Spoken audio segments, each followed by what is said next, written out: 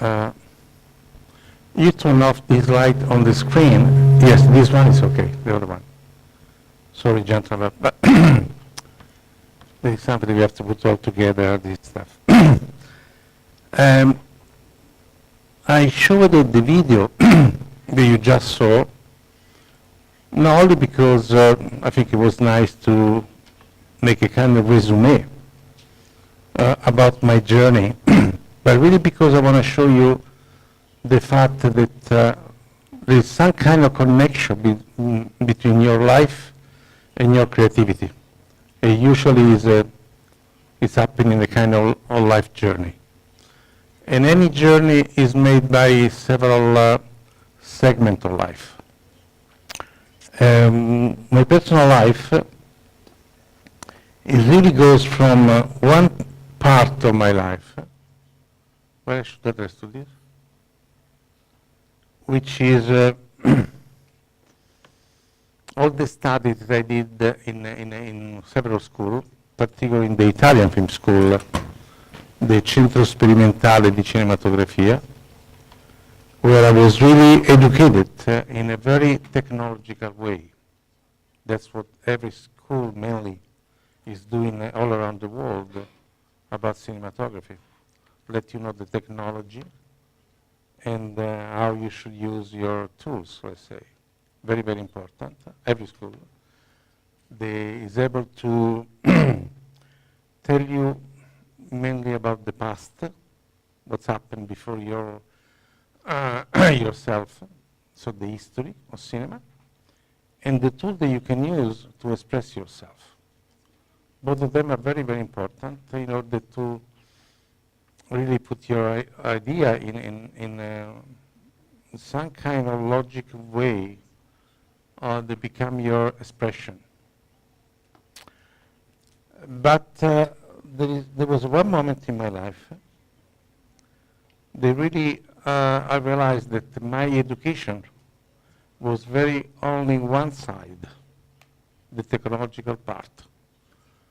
At that moment when I saw myself in front of this painting I will talk to you about this painting particularly after tomorrow, explaining all the symbology of this painting.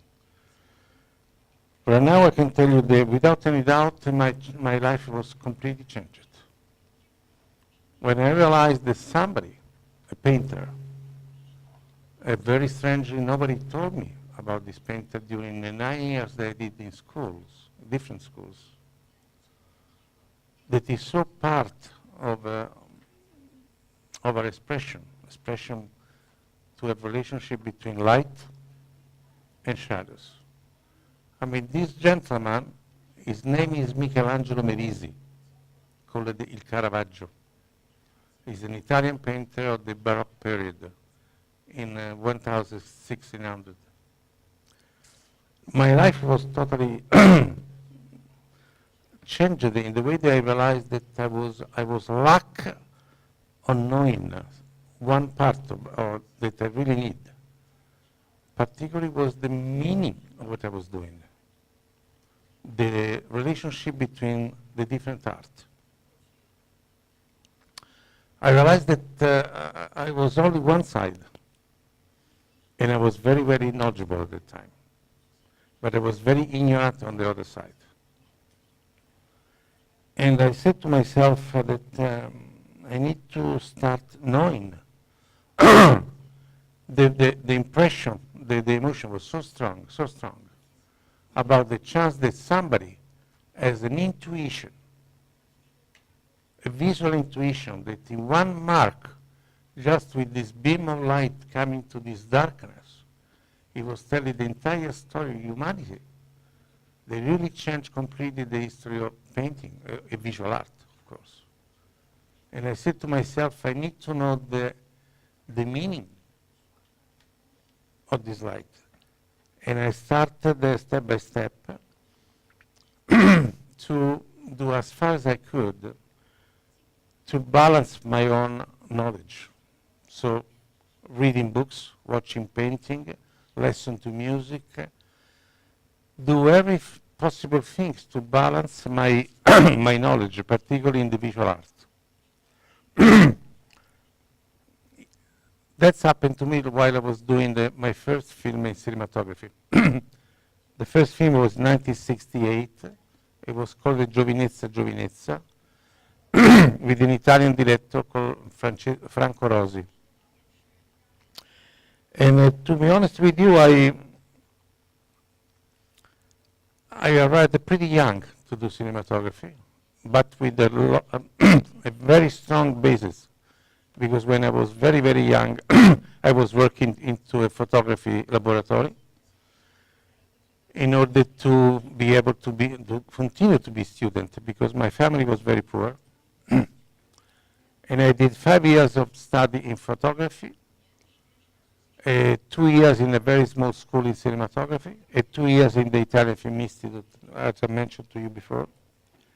So I did 7 years of as a camera operator.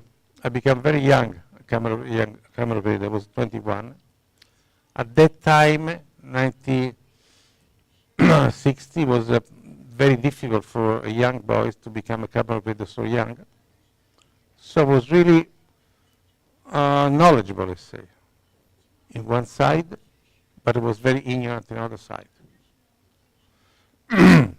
Finally, I felt that I was ready to start to be a cinematographer after I did several short films. Making short film is very, very important at that time, because you're able to perform without having that kind of pressure that the film industry can give it to you.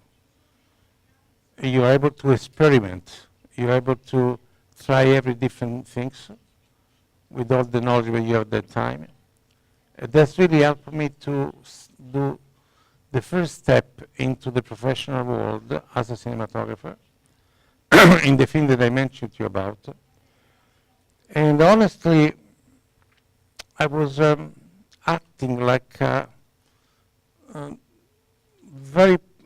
with very strong knowledge in one side, but the ideas came from some kind of intuition, some kind of emotion. But I really didn't know, it was almost impossible for me to explain why I was having that idea.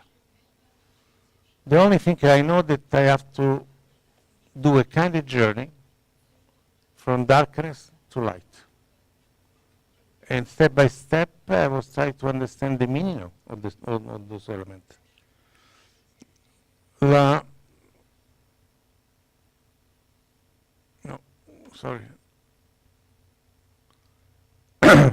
Particularly when I arrived in front to one of the early things that I did with Bernardo Bertolucci, there was The Conformist.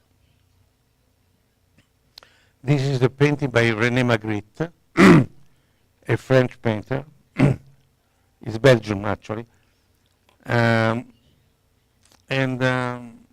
that time I was thinking that looking backwards to the history of painting could give me an incredible support, let's say. Some kind of idea that can be as a symbol, as a metaphor for other image that can put in my mind. But mainly, no, sorry. Mainly when I facing one of the sequence, there was the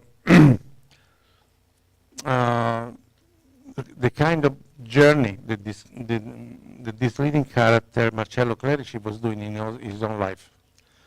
I don't know if you saw The Conformist. The Conformist was a story of a man that realized that in his early life, practically he committed a kind of assassination. He believed they committed an assassination. He was 12 years old, and he was touched by somebody, and he felt some kind of emotion that he couldn't explain, while this man was showing to him a gun. He took a gun and shoot at this guy. He saw this guy fall in the floor with blood. So he felt that was good for him to kill this guy because in the way they touched him, he was a little boy, 12 years old. He felt uneasy. And he grew up to feel that he was different from anybody else. And he was thinking that his difference was the fact that he was an assassin.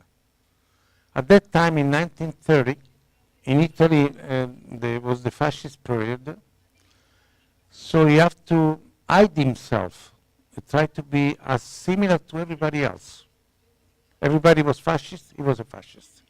Everybody was looking at the lady when he's going through, he was looking at the lady. Everybody was married, he was going to be married. He tried to be conformist. He was trying to hide the real reason that into himself. That story gave me the idea to use a very sharp light. I don't remember that I was really thinking of Caravaggio at that time, in a conscious way. But without any doubt that painting was really influenced me, without any doubt. So I started to think that if he's hiding something, practically I should have a kind of a cinematography that would be using light with very sharp cuts, creating a very dark shadows, a kind of cage around him, a kind of claustrophobic element, in order to symbolically expressing the fact that he was hiding something within himself. So the entire part of the story at the beginning was almost black and white, even if we filmed it in color, because I was not feeling any need for color at that time. But what the main reason was the fact that they want to try to show that he was living in one part of his own life that he was really hiding behind something, the unconscious. And I realized step by step that I was reading books and books, that really everything really starts with darkness. Darkness is the beginning of everything. Caravaggio painting, actually, if I think today, are mainly based in a start with something black. And on top of the black, you start to reveal from the black some element. It's like in a sculpture, Michelangelo, one of the greatest sculptors in Renaissance time in Italy, was used to say when he was looking at the block of marble, inside this matter, there is a wonderful sculpture, need just to be liberated. Probably what he was doing, he was just trying to liberate an imagination, an intuition they had that was into that kind of matter. Similar to Caravaggio, in front of a black canvas, he was thinking with some kind of sharp light or some element, was able to reveal what is into the darkness. Those kind of principle was around my mind at that time. So that's what I was trying to do. I really was beginning with something without any light. Suddenly I was putting just one light and tried to keep very separated those different elements. Because darkness really means the beginning of everything. And the journey is going to reach its own opposite, which is light. Darkness is the symbol of unconscious. Light is the symbol of consciousness. This is the beginning, and this became the end. It's the kind of journey that you're going to. That part of my life was really going into this direction, from darkness to light, mainly. The entire story grew up in such way that at one point he received a kind of commitment to be even more part of the fascist period. This time he accepted to denounce his own teacher that was living in Paris. Paris at that time was a kind of free land, in a sense that was a place that everybody that was in Italy or in Spain, particularly, where they have a very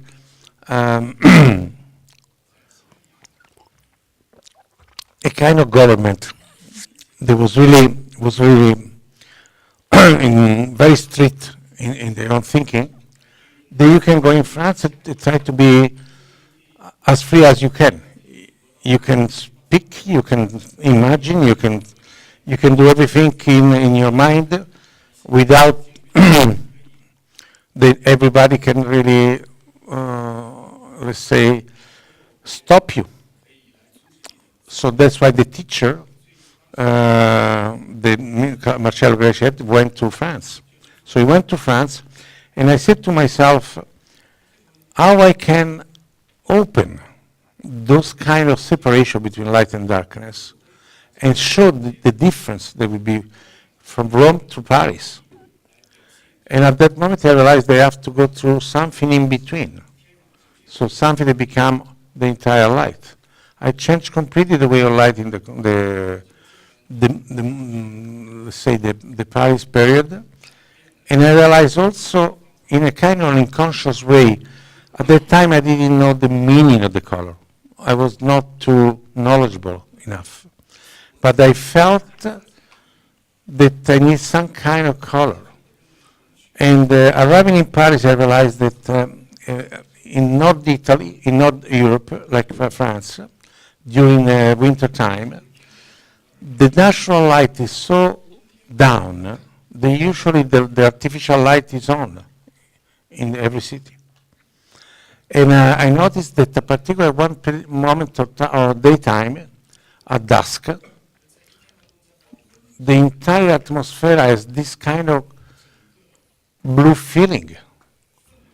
I didn't know the concept of blue at that time, but I felt there was something so precise for that story that I said to Bertolucci, Bernardo, I think that we should do not only one scene at the end of the day, but the entire segment of the history of France should have this kind of color.